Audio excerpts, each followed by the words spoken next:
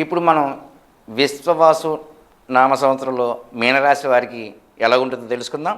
ఈ మీనరాశిలో పూర్వభద్ర 4వ పాదం, ఉత్తరాభద్ర 4 పాదాలు, రేవతి 4 పాదాలు కలిపి 9 పాదాలు కూడా ఈ మీనరాశితో కంప్లీట్ అయిపోతుంది. ఈ రాశి వారికి సహజంగా మానసిక ఒత్తిళ్ళు ఎక్కువగా ఉంటాయి. ఒక్కొక్కసారి వీరు చాలా మానసికంగా ఇబ్బంది పడుతుంటారు. ఒక్కొక్కసారి వీరు మెంటల్ డిప్రెషన్లోకి వెళ్ళిపోతుంటారు. అలాంటి సమయంలో వీరు ఇల్లు వదిలేసి వెళ్ళిపోయే అవకాశం కూడా ఎక్కువ ఉంటుంది. కాబట్టి ఈ రాశి వారికి ఇంట్లో వాళ్ళు ఎప్పుడు కూడా ఎక్కువ మానసిక ఒత్తిడులు మాత్రం పెట్టవద్దు. ఇది సహజంగా వీరి లక్షణం. అయితే ఈ సంవత్సరం ఈ రాశి వారికి ఎట్లా ఉంటుందంటే మిశ్రమ ఫలితాలు ఉంటాయి. మీరు ధైర్యంగా సాహసోపేతంగా ఉంటారు.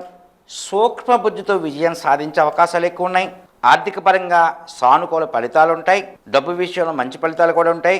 ఉద్యోగస్తులకు ఇది అనుకూలమైన సమయం. కుటుంబ సభ్యులతో సంతోషంగా గడుపుతారు, ఉంటారు కూడా. నూతన శుభకార్యాలకు శ్రీకారం చుడతారు. సెప్టెంబర్ 2025 నుంచి సెప్టెంబర్ 2025 నుంచి విద్యార్థులకు అనుకూల సమయం. వ్యాపారస్తులకి ఇది అనుకూల సమయం.